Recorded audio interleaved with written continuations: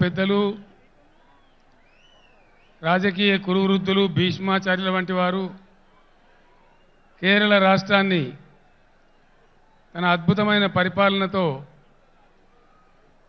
చరిత్రలో లేని విధంగా రెండవసారి కూడా సిపిఎం పార్టీని విజయ తీరాల వైపు చేర్చి భారతదేశంలోనే అత్యంత సీనియర్గా ఉన్నటువంటి గౌరవనీయులు పెద్దలు కేరళ ముఖ్యమంత్రి గారు శ్రీ విజయన్ గారిని ప్రసంగించవలసిందిగా మనందరి తరఫున నేను విజ్ఞప్తి చేస్తా ఉన్నాను.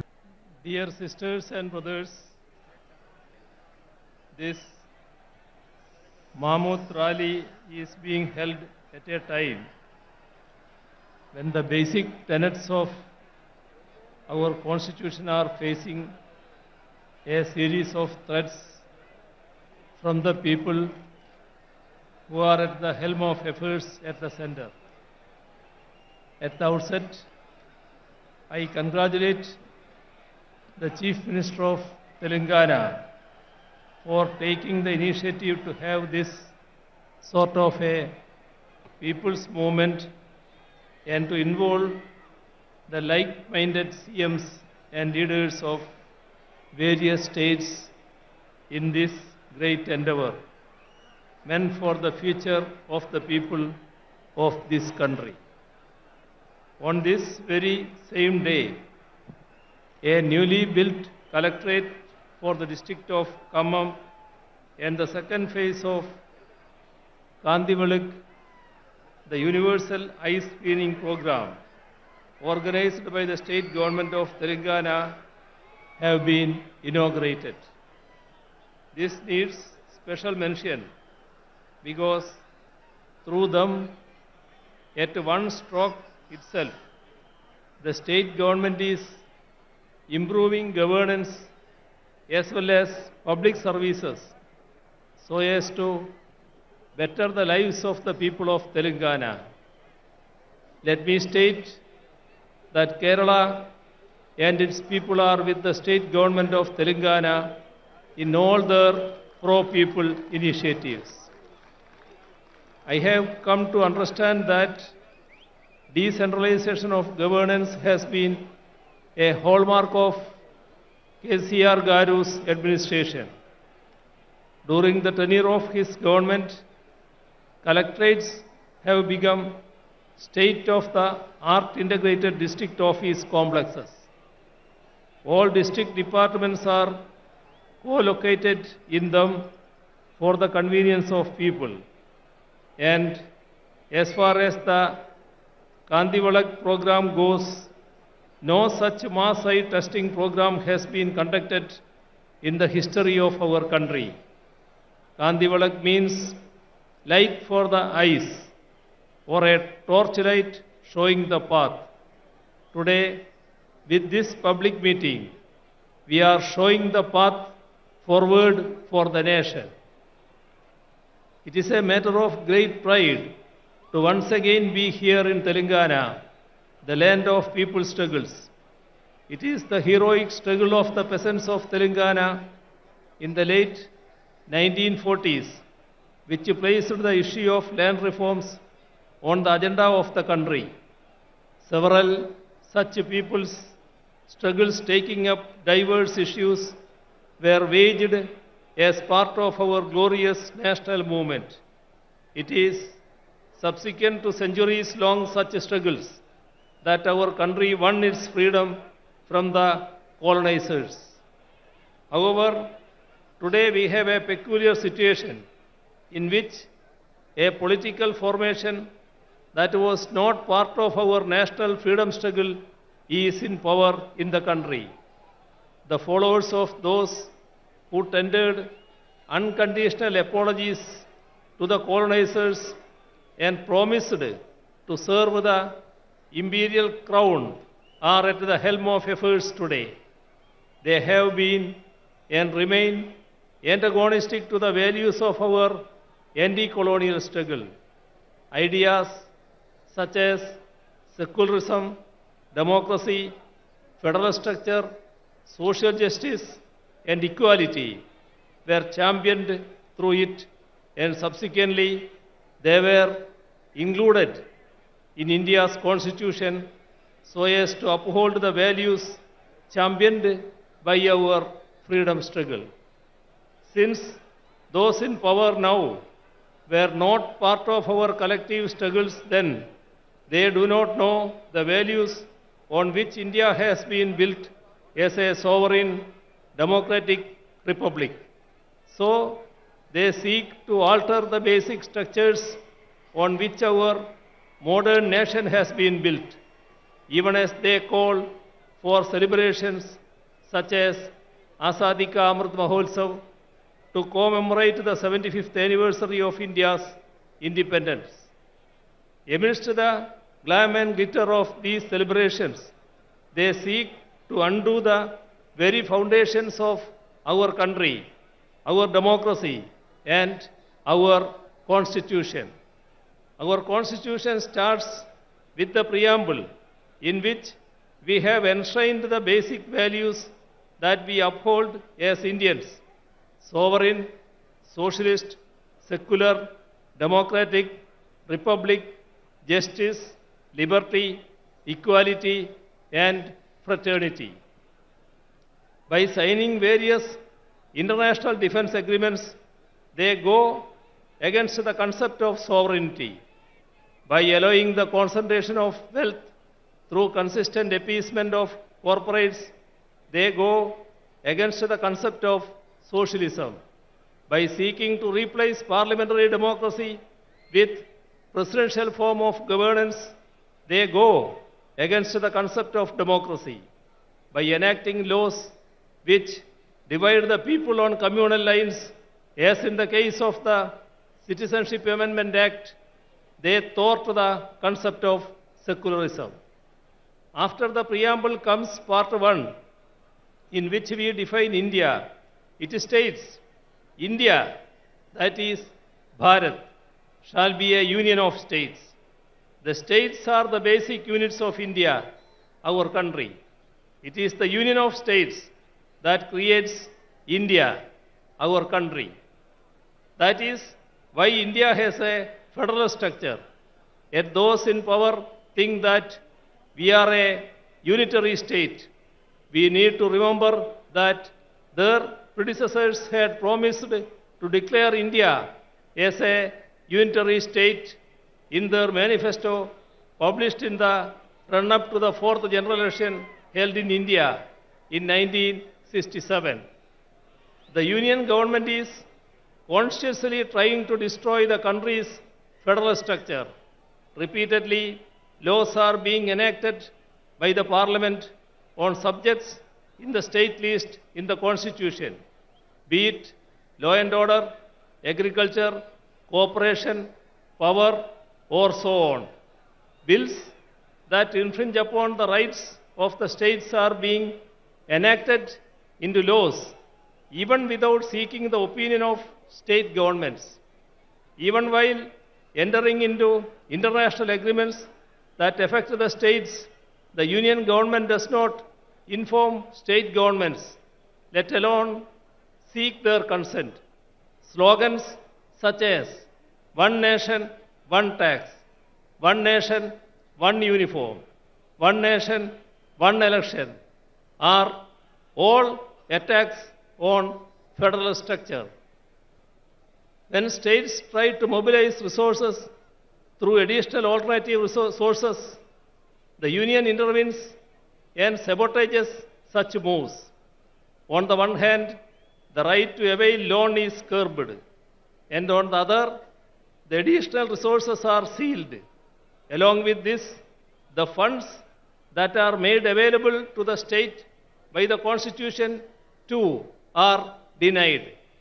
Such attacks are most acute in the states that are ruled by governments that are opposed to the BJP RSS combine ruling the union.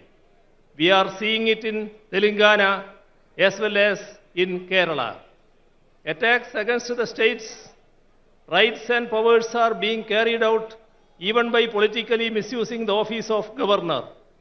Widespread efforts are on to take control of the higher education sector through the governors in their capacity as chancellors. Assent to legislations that have been enacted by the state legislatures are being withheld.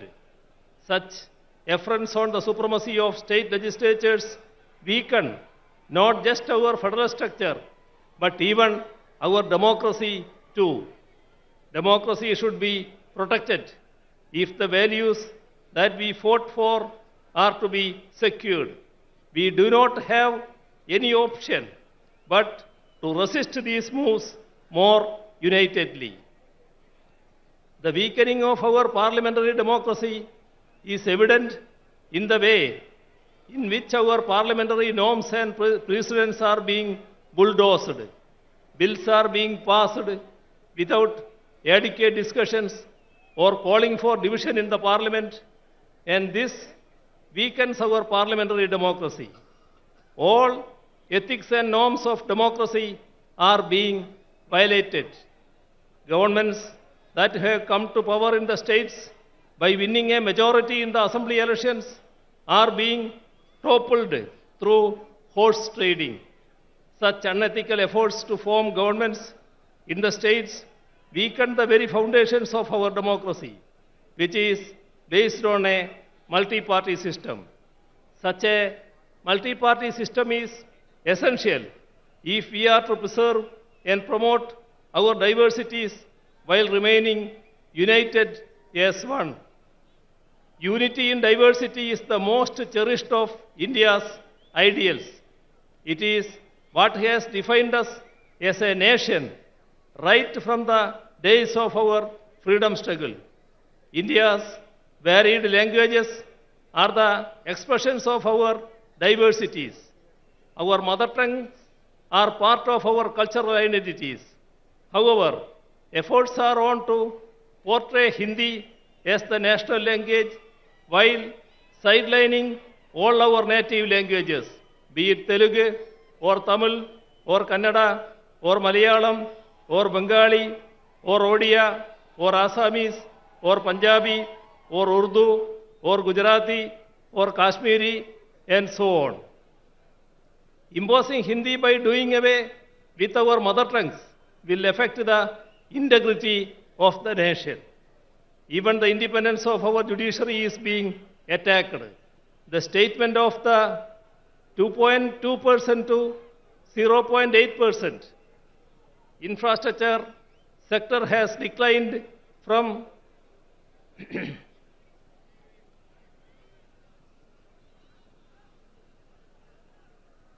the statement of the law minister to the effect that the union government should have a decisive say in the appointment of judges goes to prove that the BJP government is hell-bent on destroying judicial autonomy and to subvert the judiciary into a nominated body of the union government.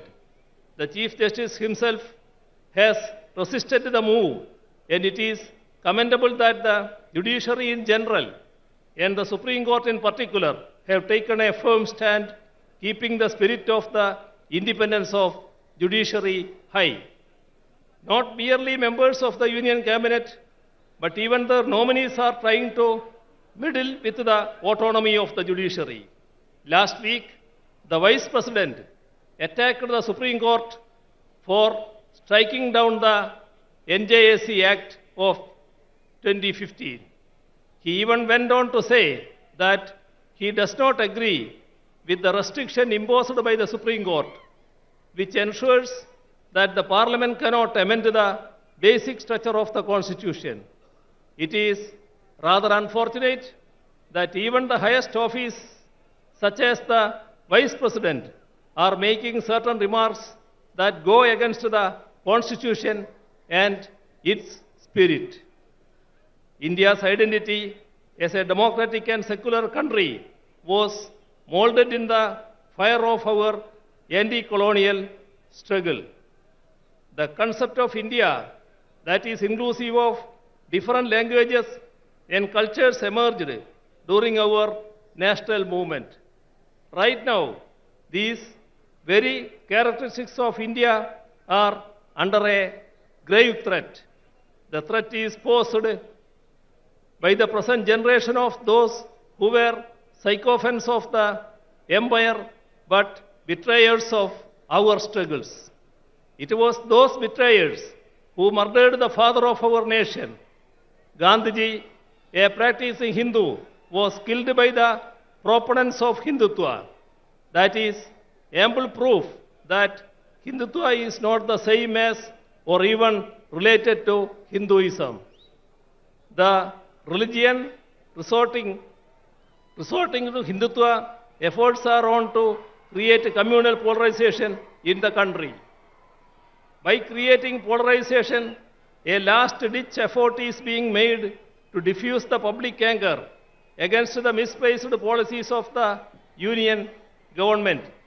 The fallout of such anti-people policies are there all around us. Public sector enterprises, which are the wealth of the nation, are being sold off. In the last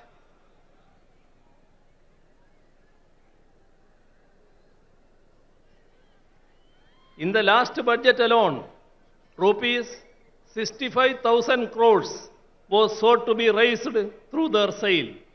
They say that they do not have money to provide relief to the ordinary people, but they have written off corporate loans to the tune of rupees 11 lakh crores in the last 5 years alone. This amount would have sufficed to ensure food security to the entire people of the nation.